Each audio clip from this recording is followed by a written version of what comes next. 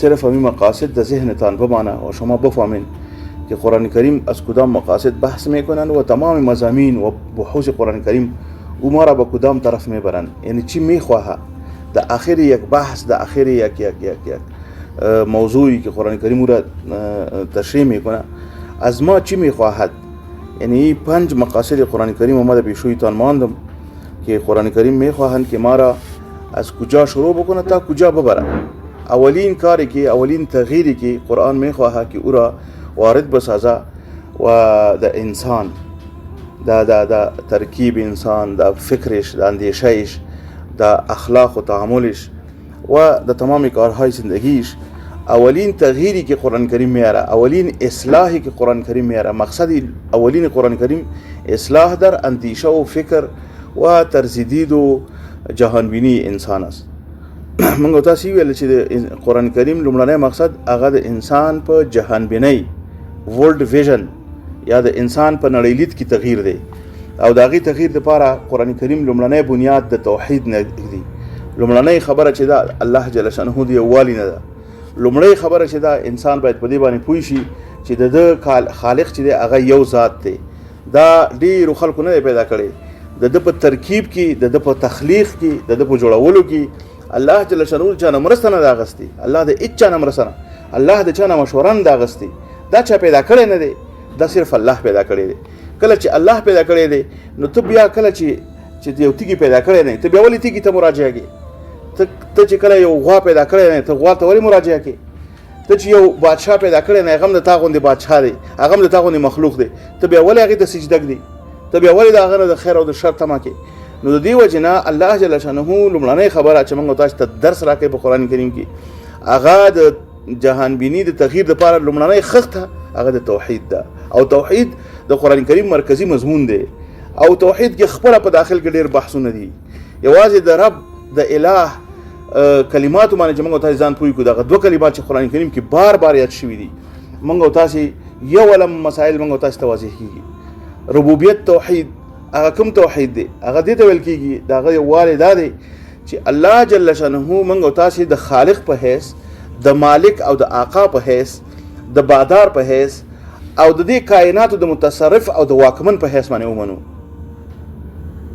توحید ربوبیت همی است که ما به این عقیده داشته باشیم که در خلقت زمین و آسمان، در پیدا کردن امی تمام اشیا، در تمام سیاره هایی که در امی کهکشان ها وجود داره و در امی جهانی که ما شما میشناسیم و جهانی که ما شما در او مورد هیچ معلومات نداریم، این خداوند جل شانه خالقش است.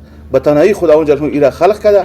در خلقت اینا و در تخلیق اینا خداوند جل شانه از هیچ کس مشوره نگرفته و خداوند جل شانه مالک امی است. اینطور نیست که او را خلق کرد و باز به اجاره داد یا باز به کرایه داد یا باز فروخت. اینطور هم نیست.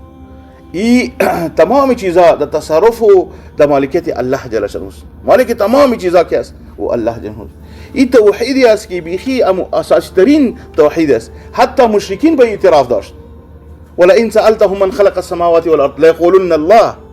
اگر از مشرکم پرسان بکنی که زمین و آسمان کی خلق کرده، و هم برات میگه که الله. هغه ته نو چې د دې هغه پیدا کړی دی، تیږي پیدا کړی دی، د غر پیدا کړی دی، اوخ پیدا کړی، غوا پیدا کړی. په دې توحید باندې هغه هم حتی ایمان لري، خو لیکن بیا به په دې کې خلک ورسره شریکول. دوم توحید چې دی هغه د الوهیت توحید دی، توحید الوهیت. د الوهیت په توحید کې لوی خبره چې پرته ده هغه ده چې لایق او سزاوار او شایسته د عبادت چې هغه صرف الله دی. د بندګۍ وړ هغه صرف الله دی. موږ تاسو د لا اله الا الله د کلمې معنا کوو. نشته لایق د عبادت مگر صرف الله دی. نیست دیگه معبودی برحق مگر صرف الله است. معبودی برحق میگیم حالانکه اله بسیار یک معنی وسیع داره. لغوي معنا ته موږ نه ورزو، نور کلونو کې موږ په هغه باندې ډیره تفصیلی خبره کوله. کله چې یو څوک ورخطا شي او په دې ورخطایي کې تاسو ته منډه کې لکه ماشوم چې مور ته منډه کې، مور ته یا مثلا د اوخ بچی دی یا د اسب بچی دی یا د غوا بچی دی او هغه ته په گزارو کې ویریږي د چشنه، نو هغه یو دم یا وږي شي یا یو شي خطر احساس کی منډه کې د خپل مور پورې اون خري دغه سینې پورې ځان ورنږدې کی او هغه دغه شان ته عربانو په عربی کې د الہ دغه الفاظ شي دی کارول. نو کله چې تا باندې مشکل راځي امن يجيب المضطر اذا دعاه ويكشف السوء اله مع الله. کله چې چا باندې تکلیف راشي او په دې تکلیف کې چاته ستا چغه د خولې نه وځي، چغه چې د خولې نه وځي دا څوک دی او دا تکلیف ته نه بیا څوک لري کوي؟ امن يجيب المضطر، هغه څوک چې تکلیف کې پروت دی د هغې چغې ته او د هغې غږ ته رسیدګي څوک کوي؟ ويكشف السوء، او د هغه نه د بد حالت څوک لري کوي؟ اله مع الله، آیا د الله سره بل اله شته؟ نو دا لومړنۍ خبره ده چې زموږ استاد په د عزت ورکولو والا قل اللهم مالک الملک، قل اللهم دا اللهم څه ای زما الهه، قل اللهم مالک الملک تؤتي الملك من تشاء وتنزع الملك ممن تشاء وتعز من تشاء وتذل من تشاء بيدك الخير انك على كل شيء قدير. عزت ورکولو والا هغه الله دی، د ذلت ورکولو والا الله دی. په یو شپه کې بادشاہي درکوي، په یو شپه کې د بادشاہي اخلي. ما شما خصوصا کسایی که از 40 سال و 45 سال زیاد عمر دارن، اونا خوب باید دارن دهی وطن چقدر واقعات روبروی ما شما بود. دیگر یک نفر بادشاه است، رئیس جمهور است، خصوصا در افغانستان شامش باز نیست، صبحگیش باز نیست. یعنی خوب باید ماست که مردم کیسه میکردن که در 6 سور 1357 تمام کمونیستا را داود خان گرفت و در کلانای شد، در زندان انداخت. و کسایی که چی بودن اونا یعنی میفهمیدن با این انقلابات و چیزا، اونا بسیار خوش بودن که اینا قیادت های کمونیستا را گرفتن و در زندان انداختن. با فردایش باز اونا انقلاب ثور کردن. 7 ثور باز کسی که در زندان بود رئیس جمهور بود و کسی که او را زندانی می ساخت باز نبود در دنیا. و با این قسم همی سلسله تا اشرف غنی آمد. ما شما می تمامی تحولات سیاسی را تؤتی الملک من تشاء و تنزع الملک ممن تشاء. در 1 دقیقه او میگیره قدرت. این واقعیتی است که بیخی زیاد است. در پاکستان در سال 1999 بود به خیال ما. نواز شریف صدر اعظم است، پرویز مشرف و لوی درستیز است. مشرف در سفر از طیاره است، نواز شریف هم میکنه که طیارش اجازه ندین که بشینه. او میایه 1-2 ساعت بعد نواز شریف باز در زندان است و مشرف که باز رئیس جمهور است. تؤتي الملك من تشاء وتنزع الملك ممن تشاء وتعز من تشاء وتذل من تشاء. خداوند با کسی که بخواه به او عزت میده و با کسی که بخواه از او عزت میده و ذلت میده. این به دست الله است. نبی کریم صلی الله علیه و سلم به دعا کوله په قنوت کې به دا ویل فانه لا يعز من عاديت ولا يذل من واليت. کسی که با خودت دوستی شروع کنه کسی نیست که او را ذلیل بسازه و کسی که با تو دشمنی شروع کنه کسی نیست که او را عزت بده. ولله العزة ولرسوله وللمؤمنین. این معنی توحید است و بعد از او رسالت است که الله جل شانه در بین بنده های خود کسایی را انتخاب کرده که اونا پیام الله جل را به مردم تشریح بکنن، واضح بکنن و خداوند بر اونا وحی میکردن که اونا رسول هستند. او موږ تاسو په ټول رسولانو باندې ایمان لرو، نه نفرق بین احد من رسوله. موږ د رسولانو په منځ کې په هیڅ رسول باندې تفاوت پکې موږ قائل نه یو په ایمان کې. موږ یو چې نوح علیه السلام څنګه چې د الله پیغمبرو، همداسې عیسی علیه السلام د الله پیغمبرو، همداسې موسی علیه السلام د الله پیغمبرو. موږ په موسی علیه السلام باندې ایمان لرو، موږ په عیسی علیه السلام باندې ایمان لرو، موږ په نبی کریم صلی الله علیه وسلم باندې ایمان لرو. خو موږ د نبی کریم صلی الله علیه وسلم د شریعت تابع یو، موږ د هغه امتیان یو او نو موږ په دې باندې باور لرو چې دا ټول انبیا چې وو دا د توحید د کلمې لپاره راغلي وو. وما ارسلنا من قبلك من رسول الا نوحي اليه انه لا اله الا انا فاعبدون. نو دا د رسالت مسله ده او دا غي وروسته دریمه خبره د اخرت و موږ تاسو ټول الله تستنیږو. نو کله چې الله تستنیږي ستا اعمال هغه محاسبه کیږي په دنیا کې وته. او څلورمه خبره بیا دا و چې په دنیا کې متخپل موقعیت او موقف وپیژنه. دا ستاسو د جهان بیني برخه ده. ته چې ته وړو کې چې نه ته ډیر لوی ته خلیفۃ الله فی الارض، د الله خلیفہ په ځمکه کې ته ولې دومره وړو کې شوی او ځان درا غورځولې دي. تا رب د ملائکو مقام درک او تا په خپل د خپل ځان گاو خرک څنګه رحمان بابا وي. تا ځان په خپل هغه شی جوړ کړ چې قران کریم کله وي فمثله كمثل الكلب، مثال د سپی دی. کله وي فمثله كمثل الحمار يحمل اسفارا، کله الله وایي چې اولئک هم کالانعام بل هم اضل، کله وایي اسفل السافلین. ته ولې دومره لاندې ځان غورځې؟ حالانکه الله جل شانه ته چې ته ډېر لوړ پیدا کړی، ته خلیفه یې. یو کیسه ده چې یو کس رواني تکلیف لره او هغه به د چرګې نه یریده. از مرغ می ترسید و می گفت در ذهن خود که ما مرغ فکر میکنه که ما دانه گندم هستم و این مرا میخوره. مرغ که میدید میدوید. بازور برده بود با دکتر روانی. او 1 ساعت یا نیم ساعت برش تقریر کرده و بالاخره برشان گفته است، امو سایکوتراپی برشان کرده و برشان گفته که بی خودت انسان هستی، این استاد شو بیشی، این دستت است، این تمام چیزا خودت انسان هستی، دانه گندم نیستی. ای است. بعد از 1 ساعت او برش میگه که ولاد اکس بسیار تشکر، مرا خو بیخی یعنی خانه ساختی، ما بسیار تشکر. با خو فهمیدم آل مرغ کی بفهمانه که ما دانه گندم نیستم، او مرا نخوره. دکتر گفت او باز سر شد. یعنی آل 1 ساعت تقریر، 1 هفته، 1 ماه، 1 سال قرآن کریم 1400 سال میشه که آمده و مردم با این میفهمانه که شما پایینتر از گاو نیستین. په نړۍ کې تر ټولو لوی ټکنالوژي کې چې مخکې دی په آی ټي کې، په ای آی کې خبر یې د افرادو په لحاظ هند دی. هند د ټولو غورځېدلي خلک په هند کې دي، د ټولو غورځېدلي قوم په هند کې دي. حیران بشئ چې دا څنګه انسانان دي. ولې چې د هغه اصلي کوم نړۍ چې دی هغه نه دی اصلاح شوی. نړۍ چې د اصلاح نه شو، شاته بس انجن خراب دی، پاس موټر کرانګي او که سل رنګ ورته ورکا موټر نه جګ کېږي، شکل بدلې کرا بدلې او که ټیمانی ول څنګه لګي ټیمونه ورته هر قسم کو لګي، خو نه جوړي. انجن اصل دی د انسان ذهن او د هغه نو قرآن د دې لپاره راغلی دی. محترم خويندو ورونو چې اولنې شی دوهم شی چې دی هغه دا دی چې نن موږ تاسو په خبره کوو.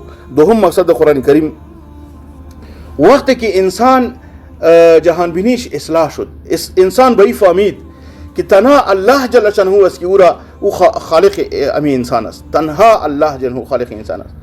تنها الله است که او مالک امی انسان است و تنها الله است که او باقی است. ذاتی که او باقی است و دیگه تمامی چیزا که است او فنا میشه. کل شیء هالک الا وجه، تمامی چیزا که است او از بین میره. کل من علیها فان و یبقى وجه ربک ذو الجلال والاکرام. صرف امو باقی است. وقتی که به این چیزا فهمی انسان چی باید بکنه؟ انسان باید آل سر بندگی خدا با می الله خم بکنه و بس. اسلام یک چیز میخواه بس، و اوی است که توق بندگی تمام اشیاء را از چی خود اوسو راضی میبینی که نه. د بندگی توق لری که د خپل غاړې نه، د ټولو شانو بندگی توق لری که صرف د یو ذات بندگی او هغه الله جل شانه دی. قرآن دا غواړي موږ تاسو، قرآن زموږ تاسو هغه خو اندل تراشه مخکې راشي. قرآن کریم از ما و شما ایرا میخواهند الا نعبد الا الله. قل يا اهل الكتاب تعالوا الى كلمه سواء بيننا وبينكم الا نعبد الا الله ولا نشرك به شيئا ولا يتخذ بعضنا بعضا اربابا من دون الله. بیاین که سر یک چیز ما و شما که او چیز در بین ما و شما مشترک است، سر او بیاین که ما و شما تعهد بکنیم، در او موافقه بکنیم، دیگه چیزا باز حل میشه. برای اهل کتاب بگوین که تعالوا الى كلمه سواء بيننا وبينكم، بیاین سر یک کلمه ما و شما گپ بزنیم که در او یک دفعه جور بیایم موافق شویم، دیگه تمام مشکلات حل میشه. او چی است؟ الله نعبد الا الله. بیاین که غیر از الله دیگه هیچ کس را عبادت نکنیم. انسان ته داسې لوی الله ورکړي، د وړو خدایانو دې بنده کړم، لوی خدای زه به چا ته سجده کړم. الله غواړي چې موږ د وړو خدایانو د بندګۍ نه خلاص کړي، د وړو خدایانو د بندګۍ نه موږ خلاص کړي. د ارباب متفرقون خیر ام الله الواحد القهار. آیا دا خدای چې ډیر خدایان ولرو او که دا خدای چې یو قوي زبردست او واقعي مالک او خالق هغه زمونږ ربي؟ آیا دا خدای چې موږ هر چاته زو سجده کړو چې هر شی ګورو یریږو چې الله ما باندې به شی وکړي، او کنه دا چې په زړه کې د یو الله یری او دا هغه سره ستا معامله صحیح او نور د هیڅ چا په کیسه کې نه، هیڅ چا په کیسه کې انسان نه داسې یو شی جوړول غواړي. نو کله چې دا شو نو د قرآن کریم دوهم مقصد چې دی هغه څه دی؟ هغه دغه نفس اصلاح کول دي. تزکیه نفس، تزکیه و اصلاح فرد و استحکام روابط ای فرد با الله جل شانه. این مقصد قرآن کریم است. مضامین قرآن کریم که در این مقصد کار میکنه مضامین مختلفی هستند که مثلا مضمون اول که میاد در این مورد اونا اول الله جل شانه را معرفی میکنه از طریق نعمتهای الله جل شانه برای انسان. اول انسان را میگه که شما اول الله را بشناسین، ذاتی که و بسیار از چیزهای عادی و چیزهایی که او روزمره با او در ارتباط است از او شروع میکنه. مثلا الله فرمای یا ایها الناس اعبدوا ربکم الذی خلقکم والذین من قبلکم لعلکم تتقون. ای خلقو تاسو د الله عبادت وکړئ. ای خلقو یا ایها الناس اعبدوا ربکم تاسو د خپل رب عبادت وکړئ. بل څوک نه دی، تاسو خپل رب دی، تاسو رب دی، بل چا نه دی. یعنی هغه د اونرشپ هغه احساس هم دل درکوي، هغه د خودګي احساس هم دل درکوي. تاسو خپل رب دی. ربکم الذي جعل لكم الارض فراشا، هغه ذات دی اول خدای چې تاسو پیدا کړی، الذي خلقکم والذین من قبلکم، هغه چې تاسو پیدا کړی، تاسو مخکې خلک پیدا کړی، لعلکم تتقون، د دې لپاره چې تاسو ویریږئ د الله نه. بیا الله فرمای الذي جعل لكم الارض فراشا والسماء بناء، هغه ذات چې تاسو پیدا کړی د زمکه تاسو ته ګرځولې د فرش، زمکه د فرش ګرځولې ده. تاسو وګورئ هغه پټي او هغه کشتونه چې هغه یې اړولي یوې پکې کړي، په هغه کې تک څومره مشکلي به د هغې په نسبت باندې خلک په پوله باندې ځي. پوله ډېره نرۍ، پوله ډېره نرۍ، پوله څه وایي؟ پلوان بسیار باریک میباشه و ارزش بسیار کم است. مردم در پلوان میره ولی در کشت نمیره. چرا؟ اوجا رفتن بسیار مشکل است. خو الله جهون در ټول ځمکه داسې کړې ده، نه د شګو غوندې جوړه کړې ده. شګو کې تک څومره مشکلي، سړی ستړی کېږي، دا پښې چې دي وراسې په ځلا ټول ستړي شي سړی چې ګرځي. الله جهون ځمکه داسې هواره کړې ده چې په هر ځای کې داسې ځای قیر سړک به یا به نه وي، خو لیکن الله د ځمکه داسې الذي جعل لكم الارض فراشا، ځمکه د فرش ګرځولې ده. تاسو لګو ځایونو کې چې هغه د غرونو ساحې دي او یا دغه ساحې دي، هلته انسان ګرځېدلی نشي، کېناستلی نشي. د کېناستو هغه غرونه چې اکثره چې بهر ته چېرته چکر ووځي، تاسې به لیدلي چېرته موږ او تاسې مونځ کوو، بیا هغه ځمکه هواره نه وي، سر هم خوږېږي، ځمکې باندې کېناستی نه شو، هر ځای کې مونځ هم نه شو غونډیو د پاسه په دې ځایونو. خو د ځمکې لویه برخه الله جل هغه فرش ګرځولې ده، داسې فرش چې نه پکې خښېږي د خټو غوندې او نه د چې کلکه د تیږې غوندې چې په هر ځای کې پرې راوغورځېږي. الله جوړه کړې ده. والسماء بناء، او اسمان د ته چت ګرځولې دی. وانزل من السماء ماء فاخرج به من الثمرات رزقا لكم فلا تجعلوا لله اندادا وانتم تعلمون. نو کله چې دا ټولې خبرې دي او تاسو پوهیږئ په دې خبره، خودتان میفهمین بس چرا الله امرای الله جهو کسی را شریک میسازین. فلا تجعلوا، شما امرای الله اندادن شریکا را پیدا نکنین، الله ته شریک ما پیدا کوئ. الله په دغه کې ډیر زیات بیزاره دی د شریکانو نه. الله وایي که کوم عبادت ما ته داسې وشو، کوم عبادت چې باغې کې نور خلک را سره شریک کړي وو، نو په دنیا کې د سهامي شرکتونو کار دی چې اخره کار سړی خپله برخه اخلي. خو الله وایي زه ډیر مستغنیم په شرکاو کې، زه دا ټوله عبادت هم خپل شریکانو ته پرېږدم چې دا ستاسې شو، زه یې نه اخلم، دا ستاسې شو. د دې وجې نه الله جل موږ تاسو دې سره بیا تاسو وګورئ مخکې الله فرمایي اعبدوا ربکم الذي، سورة بقره کې په بل ځای کې ذلكم ومن يعظم شعائر الله فإنها من تقوى القلوب. په بل ځای کې الله جل فرمایي وإن تعدوا نعمة الله لا تحصوها. دا الله نعمتونه بیانوي او بیا درته وایي چې که چېرته تاسو دا نعمتونه وشمارئ، تاسې شمارلی هم نه شئ. دومره نعمتونه دي د الله په تاسې باندې. نو کله چې د یو چا دومره نعمتونه دي، آیا هغه د دې مستحق نه دی چې هغه تاسې د هغه عبادت وکړئ؟ الله جهون ډېر منطقي او ډېر لاجیکل قرآن تاسې سره غږېږي، ډېر په منطقي شکل خبره کوي. زور د باندې نه کوي چې وکړه عبادت که نه د مغزه دی لزوم، داسې نه کوي. فمن شاء فلیؤمن ومن شاء فلیکفر. د چا چې خوښه شي مؤمن دي شي، د چا چې خوښه شي کافر دي شي. خو ځمکې او اسمان ته یې ویله چې تاسې راشئ اطاعت وکئ، په خوښه یې کوئ که په زور یې کوئ. قالوا اتینا طائعین، هغه ورته چې موږ اطاعت کوونکي راځو، خدای زور ته هېڅ ضرورت نشته، موږ راځو، ستا مخلوق یو، موږ راځو. خو انسان دی چې کله یې ویله چې ته راشه عبادت وکړه، انسان ویل ښه زه خو عبادت کوم، خو دا تیږه هم تا سره شریکه ده، دغه قبر هم تا سره شریک دی، دغه پیل هم تا سره شریک دی او دغه غوا هم تا سره شریکه ده. او دا فلانه هم تاسو سره شریک دی، فلانه شه پیریان هم تاسو سره شریک دی، دا ملائکه هم تاسو سره شریک دي. الله ورته وایي نو هغه څه شریک وای ما سره؟ دا ډیر ظلم نه دی. ځکه خو چې کان الانسان ظلوما جهولا، ظالم هم دی. او انسان چې دی لقمان حکیم خپل زوی ته وایي چې یا بني لا تشرک بالله ان الشرك لظلم عظیم، ان الشرك لظلم عظیم. ای زما زویا الله سره شریک مو پیدا کوه. ان الشرك لظلم، شرک ډیر لوی ظلم دی. لظلم عظیم، په ظلمونو کې کوم غټ ظلم دی هغه چې شی دی هغه شرک دی، هغه شرک دی. ولی ځکه چې د ټولو نه غټ محسن چې دی هغه الله دی، د ټولو نه لوی اعظم چې احسان په موږ باندې کړی دی. ژبه را کړې د خبرې پې کوو، غوږونه را کړي اورېدل پې کوو، سترګې را کړي دي لیدل پې کوو، او دا زندګي را کړې ده، او دا تعلقات را کړي دي، ارتباطات را کړي دي، د مور مینه را کړې ده، او د پلار مینه را کړې ده، او دغه شان کورنۍ را کړې ده، دا ټول هر څه را کړي دي. او د دې باوجود بیا موږ راوچت شو او موږ الله ته ویو چې یا ورته عبادت نه کوو او یا بل څوک سره په عبادت کې شریک کوو. نو لومړنۍ خبره قرآن کریم چې کوي په د دویم مقصد دپاره دا ډیر مضامین دي، ډیر زیات مضامین دي. نو دا که ټول کار موږ دا درس لرلې نو موږ به په یو مضمون باندې سورتونه ویلې او په اخره کې ټول قرآن موږ خلاص کړی چې دغه سورت کې دغه برخه چې دغه مقصد دی دا دی او په دې شکل باندې موږ تاسو ټول قرآن کریم خلاص کړو.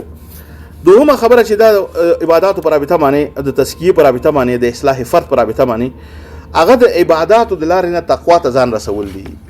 الله جل شانه کله چې تا ته ځان معرفي کی او تا باندې دا ومني چې ته زما عبادت وکړه، نو بیا عبادت تا ته در پیژني، یو عبادت در پیژني. مثلا اولنې عبادت دی واقم الصلاه لذکری، المنز قائم کا زما د یاد د پاره. ان الصلاه كانت على المؤمنين كتابا موقوتا، المنز په مؤمنانو باندې فرض کړی شوی دی په خپل وختونو کې، په خپل حافظوا على الصلوات والصلاه الوسطى وقوموا لله قانتين. حافظوا على الصلوات، الله په مانځ باندې د مانځ حفاظت کوي،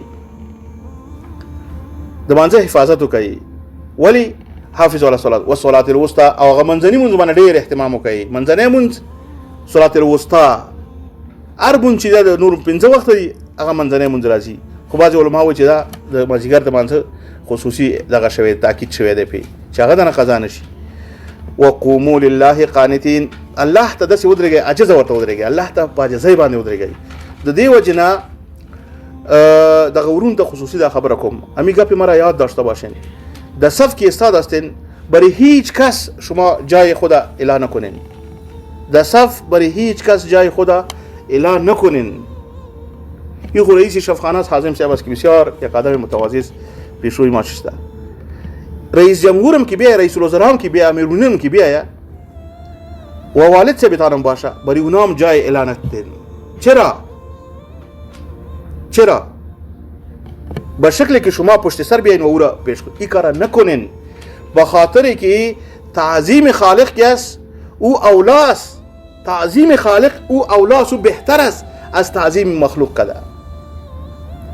پدر ما شما که است او هم مخلوق الله است، در پیشوی خالق ما نباید تعظیم کسی دیگر را بکنیم که تو بیا.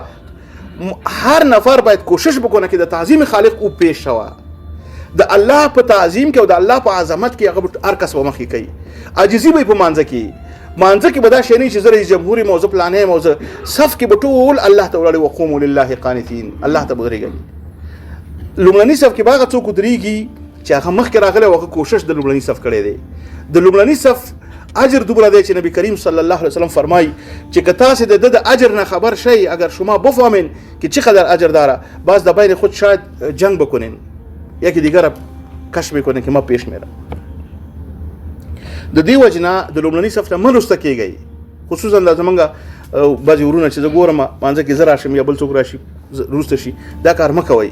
د الله په تعظیم کې خپله کوشش وکړئ چې مخکې لاړ شئ.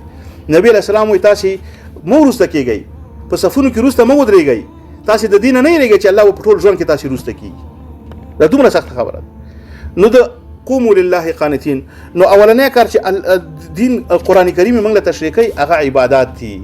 مثلا لمونځ دی، لمونځ د دې لپاره قایمیږي، اقم الصلاة لذکر ان الصلاة تنهى عن الفحشاء والمنکر. لمونځ د فحشاء او د منکر نه انسان منع کوي. دوهم شی چې دی هغه زکات دی، روژه ده، حج دی، همدغه ارکان دي د دین کنه. نو د روژې په رابطه باندې الله فرمایي کتب علیکم الصیام کما کتب علی الذین من قبلکم لعلکم تتقون، چې تاسو کې تقوا پیدا شي. تقوا چی است؟ تقوا یک جوهر است، تقوا یک ویلیو است، یک ارزش است که در نتیجه عبادات و در نتیجه فعل تزکیه پیدا میشه. حالا درباره تزکیه هم گپ میزنیم. تقوا امو منزل اخرین است که ما خود به او میرسانیم.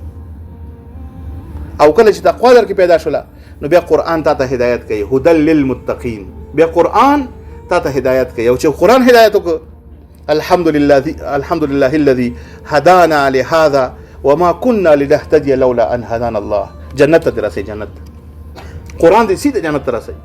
بس تروي دغه پیتونی سره دغه لار ونیسه او په دې ځه اخیری منزل چې دغه جنت دی. کوګواله پکې نشته دی. صراط الله المستقیم، اهدنا صراط المستقیم. مانځه کې مونږ یو کنه، مونږ ته نیغه لار وخایا. هغه نیغه لار کومه ده؟ قرآن دی. وانك لتهدي الى صراط مستقیم. پیغمبر ته الله فرمایي پیغمبر ته نیغه لار د خلق را بلی. قرآن کریم دی.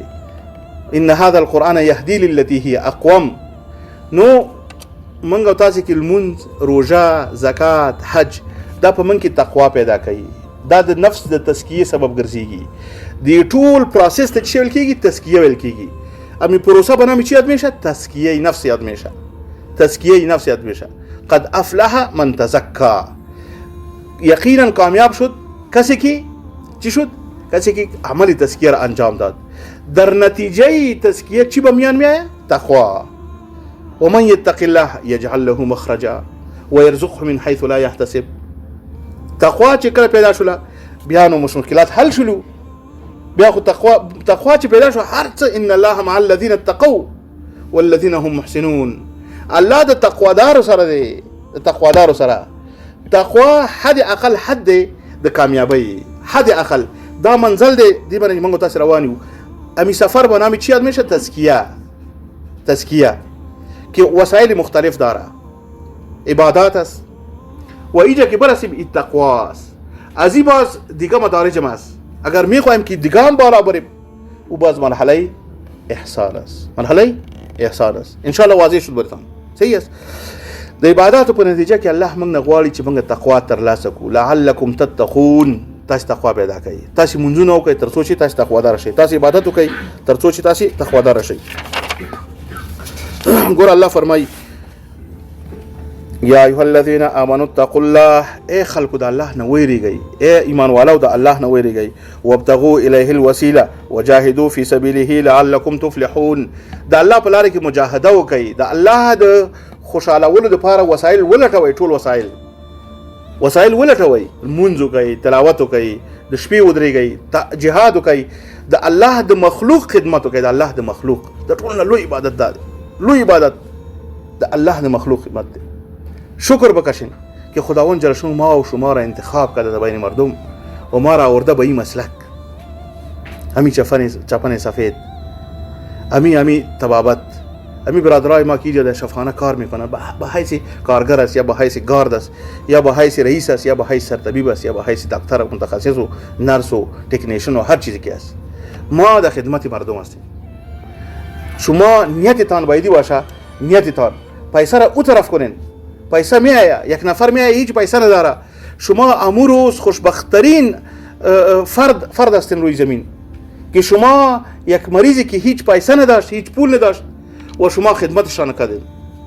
شما از جیب برشان پیسه دادین، شما برشان دوا خریدین، شما معایناتشان انجام دادین و فیس خود خونه گرفتین از اون. و برادرایی که اونا پیسه ندارن، نبی کریم صلی الله علیه و سلم میفرماید چې ستاسو په مخ باندې د صدقه د مسکا د صدقه ده د مسلمان لپاره. د مسلمان زړه خوشاله ول، مسلمان سره اخلاق دا خو د مسلمان جامه ده. انما بعثت لاتمم مکارم الاخلاق. نبی اسلام وایي زه دې لپاره راغلی چې د اخلاق خو طرفونه بشپړ کړم. نبی کریم صلی الله علیه وسلم فرمایي چې ستاسو کې نزدیک اسماته هغه څوک دی چې هغه احسنکم اخلاقا، چې تاسو کې د اخلاق په لحاظ باندې هغه خپلې، هغه چې د اخلاق په لحاظ باندې خپلې. نو قران کریم په دې رابطه باندې موږ تاسو ته وایي ذلك ومن يعظم شعائر الله فانها من تقوى القلوب. الله وجه کله تقوا پیدا شول او د زړه تقوا پیدا شول بیا هغه انسان د الله د شعائر احترام کوي. بیا ملا چې خدای او کبد دی خو ملا د دین یو عالم دی یو نخه ده. ملا چاته ویل کیږي دا ملا څه کوي ما چې دا خلک د توهین په شکل باندې ملا استعمالي خده پورته. ملا کنه خو عالم دی. ملا یعنی څوک یعنی هغه څوک زبنګ په ټولنه کې یو کس دی هغه سلمانی دی څوک ول دم وای او وختان جوړي په کلی کې هغه معزز دی عزتمند دی. یو بل کس دی چې هغه د خاري کې د خلکو سمکی کوي د خان دی هغه عزتمند دی. یو بل کس دی چې هغه ملا د جمعات کې امامت کې د کلی خبره ده کوم خارونه خو پرې دی. یعنی دا کس چې دی دا کسب چې امامت دی کسب جمعات دی د الله جل عبادت دی. نو د دې په وجه باندې دغه احترام خو په دې وجه وکړه ستا وسره ورانه د جوړه دا وسره خو د خالق ستا د خالق د بندګۍ قیادت او امامت هغه کوي. نو خو ته ورته په دې وجه احترام وکړه. مسجد ته په دې وجه احترام وکړه چې د الله وان المساجد لله فلا تدعوا مع الله احد. د الله زید د الله کور دی.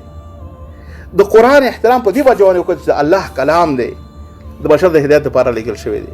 او د دې د دین سره چې کوم شان تړل شوی دی شاعر الله چې ورته ویل کیږي د شاعر الله احترام وکړه. څوک چې د شاعر الله احترام کوي ذالک او من يعظم شعائر الله فانها من تقوى القلوب. د حج او د عمره او د بیت الله د یو شی دا کته کې تقوا وا تاسو به دې شانو مینه کته کې تقوا نه و د دې شانو مینه سره نه تاسو په واشنگټن خو خيږي تاسو لندن خو خيږي خلک به کیسې کوي او ته به چیرې واشنگټن لندن پلانېږي خو کته کې ایمانی ستا ولني دغه بدای چې کاش کې زه هغه زیارت تلل شم کاش کې زه هغه ځای وګورم ځکه ستا مینه به دغه سره نو عبادت منګو تاسو کې دا کوي. بل مضمون د قران کریم چې دی په دې مورد کې د نفس د تزکیه پر رابطه باندې د نفس د تزکیه نور وسایل الله جل جلاله تاسو ته بیانوي. د نفس د تزکیه د عبادتو نه غیر نور وسایل چې دی هغه الله جل جلاله بیانوي. الله جل په قران کریم کې ډېر زینو کې د تزکیه پر رابطه باندې الله فرمایي زي هغه آیتونه صرف تاسو ته وایم. اول خو شروع ده کې ونفس وما سواها فالهمها فجورها وتقواها قد افلح من زكاها وقد خاب من دساها. او دغه شان موسی عليه السلام ته وایي چې ورشه فرعون ته وایا هل لك الى ان تزكى واهديك الى ربك فتخشى. آیا خوخه چې ستا تزکیه وکي. الله فرمایي قد افلح من تزكى یقینا کامیاب شو چا چې تقوا چا چې تزکیه عمل وکړ. د رسولانو مقصد د رسالت چې هغه د خلکو تزکیه و. ربنا وبعث فيهم رسولا منهم يتلو عليهم آياتك ويعلمهم الكتاب والحكمة ويزكيهم انك انت پیغمبران د دې لپاره غلیو چې تزکیه وکړي د خلکو. كما ارسلنا فيكم رسولا منكم يتلو عليكم آياتنا لکه څنګه چې تاسو کې رسولان را لګلیو چې تاسو ته زمونږ آیاتونه لولي یو ويزكيكم او تاسو تزکیه وکړي تاسو به پاکي. تزکیه چې دا د ګندګیو نه د ناپاکیو نه د مانوي او ظاهري چټلایونه د نفس پاکول دا تزکیه ده. دا زړه چې دی زړه دا سینه دا د امراضونو ډکیږي. ډیر امراض دي. یو خو هغه مادي امراض دي چې زمونږ د زړه واټ دا غ سره ډیل کوي. یو هغه امراض دي چې هغه نخ کاریږي مانوي امراض حسد دی کینه ده کرکه ده نفرت د خلکو نه او دغه شان غلط پلانونه دي د خلکو لپاره. دا ټول شیان چې دي دا د زړه او د سینې امراض دي. د دې د وجه نه په زړه کې تور داغ پیدا کیږي. د دې وجه نه زړه چې دی هغه شي کیږي هغه رنديږي روند زړه روند شي شنه ګوري. نو الله جل فرمای فانها لا تعمل ابصار ولكن تعمل قلوب التي في الصدور. د دوی سترګې وړاندې شوی نه دي د دوی هغه زړونه وړاندې دي چې په سینو کې پراته دي. تعمل قلوب التي في الصدور هغه زړونه وړاندې شوی دي چې هغه په سینو کې پراته دي. او د سینو د امراضو لپاره د توریسیک ډیزیز لپاره د څه ویو د دې لپاره چې څه الله را لګلی دي هغه چې دی شفاء لما في الصدور. قران کریم دی نبی کریم صلی الله علیه وسلم التقوا ها هنا تقوا دلته ده. الا وان في الجسد مضغه اذا فسدت فسد الجسد كله واذا صلحت صلح الجسد كله الا وهي القلب. نبی اسلام ویل چې په وجود کې یو غوخه ده د غوخه یو ټوټه ده په دې ټول وجود کې کله چې جوړه شو ټول وجود جوړ دی، کله چې فاسده شو ټول وجود فاسدي. الا وهي القلب، خبردار او غزړه دی، زړه دی. نو زړه چې دی د تقوا مرکز دی.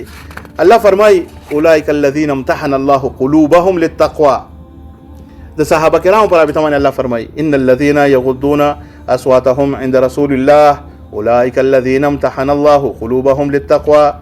هغه کسان چې د الله د رسول په وړاندې خپل اوازونه ټیټي، خپل غږ ټیټي، دا هغه خلک دي چې الله د دوی زړونه خالص کړي د تقوا لپاره، امتحان کړي دي.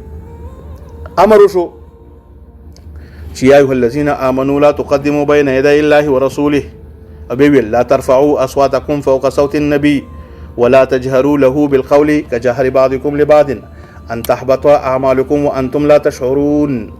اے خلکو، تاسو د رسول صلی الله علیه وسلم په وړاندې خپل आवाज ملوړوي، د رسول په وړاندې خپل आवाज ملوړوي، او رسول ته داسې چغه مو لکه خپل کې جواب دغه کوي اے فلانیه، داسې مو اے محمد، هغه ته یا رسول الله صلی الله علیه وسلم فداک ابي و امي، زما مور پلار دې باندې قربان شي اے د الله رسوله. صحابانو به داسې ویل، تاسو د رسول په وړاندې چغه مو وای، دا به احترامي ده. په دې به احترامي په وجه بس تاسو اعمال ځای شي او تاسو به خبر نه یې.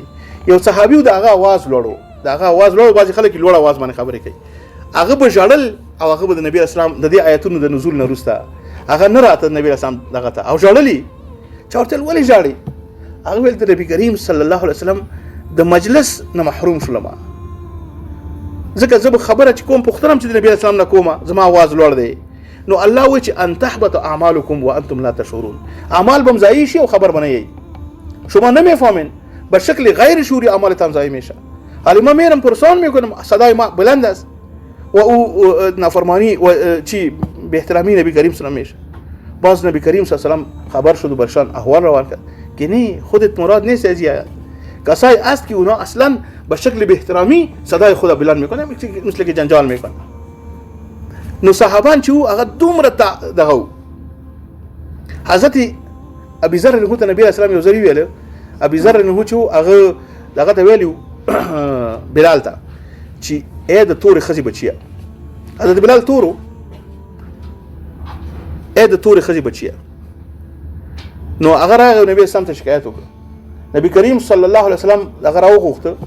حضرت ابو ذر رضی الله عنه ډیر صادق او رښتینی او پاک صحابي وو، ورته ویل چې اے ابازر، اے ابو ذر، ته داسې کسي چې فیک الجاهلیه، پتا کې تر اوسه جاهلیت پروت دی، جاهلیت در کې پټ پروت دی.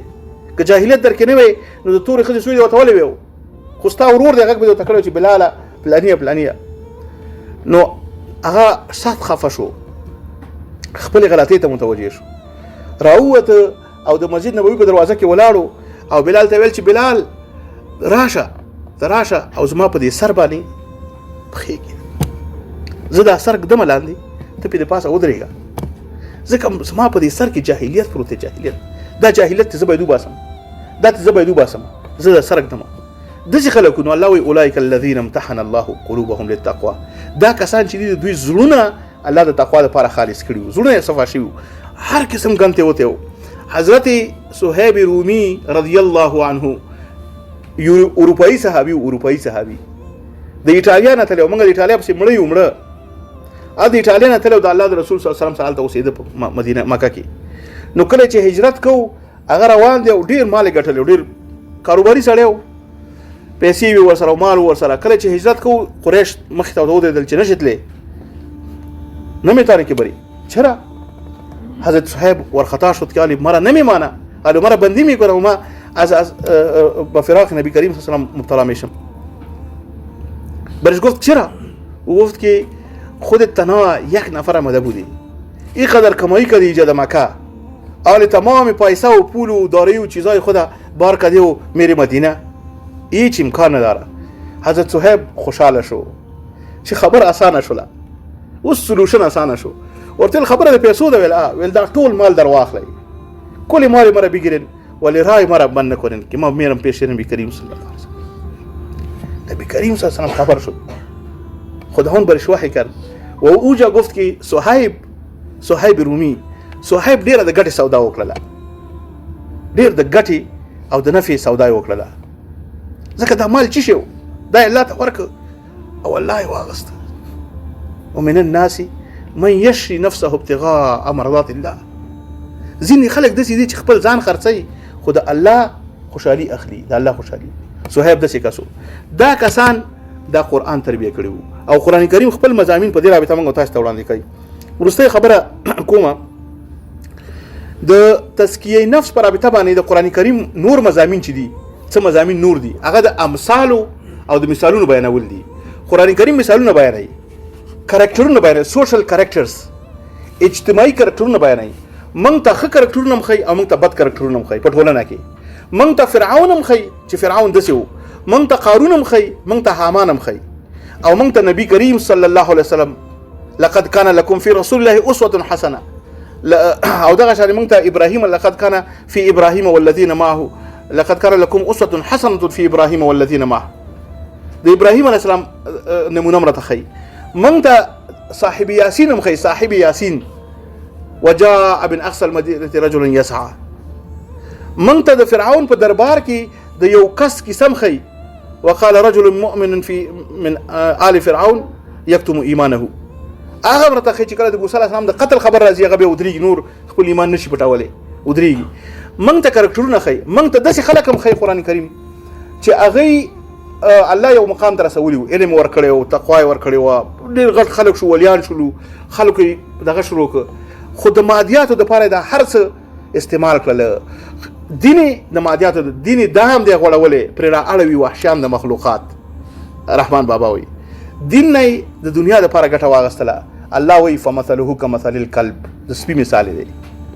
داسې خلک هم موږ ته قرآن کریم مثالونه بیانوي چې هغوی ډېر علم ترلاسه کړی دی خو هېڅ عمل په علم نه کوي، هېڅ عمل پې کوي نه، د یهودو غوندې. الله وایي فمثله کمثل الحمار یحمل اسفارا، مثال د خره دی لکه سپارې چې بار کړي، په خره باندې ډېر سپارې کېده که نه، څه فایده. نو قرآن کریم کرکټرونه موږ ته بیانوي او قرآن کریم موږ ته د انبیاو دغه بیانوي او بیا وایي چې دغه خلک چې دي اولئک الذین هدى الله فبهداه مقتده. دا هغه خلک دي چې الله ورته هدایت کړی دی، نو تاسې د دې هدایت شاته روان شئ. نو الله دې موږ تاسو ته توفیق راکړي. ان شاء الله العزیز خلاصه د نن ورځې د درس هغه دا وه د قرآن کریم دوهم مقصد هغه چی دی اصلاح نفس دی، تزکیه نفس دی، تقویه و استحکام روابط انسان با الله جل هو است. صحیح است. این مقصد دوم قرآن کریم است. در این بخش ما شما گفتیم که 4 مضامین است، 4 نوع مضامین است. مضمون اول ای است که الله جل شانه برای ما شما خود معرفی میکنه از طریق نعمتهای خود. دوم عبادات است و ما شما را راه تقوا را نشان میده. سوم وسایل مختلف تزکیه را نشان میده که از او استفاده بکنین تاکه به الله جل برسید. خذ من اموالهم صدقه تطهرهم و تزکیهم بها. و چهارم که از کاراکترها و مثالهای زنده جامعه انسانی را خداوند بیان میکنه تا که شما از او کاراکترهای بد خدا دور نگاه بکنین و این کاراکترهای نیکی است این را الگو بسازین و او را تعقیب بکنین و خدا کوشش بکنین که در او قالب جور بکنین و بالاخره اصلاح شوین. اقول قولی هذا استغفر الله لي ولكم ولسائر الف لام الله لا اله الا هو الحي القيوم. اللهم صل على محمد وعلى ال محمد كما صليت على ابراهيم وعلى ال ابراهيم انك حميد مجيد. اللهم انك تعلم ان هذه القلوب قد اجتمعت على محبتك والتقت على طاعتك وتوحدت على دعوتك وتعاهدت على نصرة شريعتك، فوثق اللهم رابطتها وأد مدها واهدها سبلها واملاها بنورك الذي لا يخبو، واشرح صدورها بفيض الإيمان بك وجميل التوكل عليك، وأحييها بمعرفتك وأمتها على الشهادة في سبيلك، إنك نعم المولى ونعم النصير.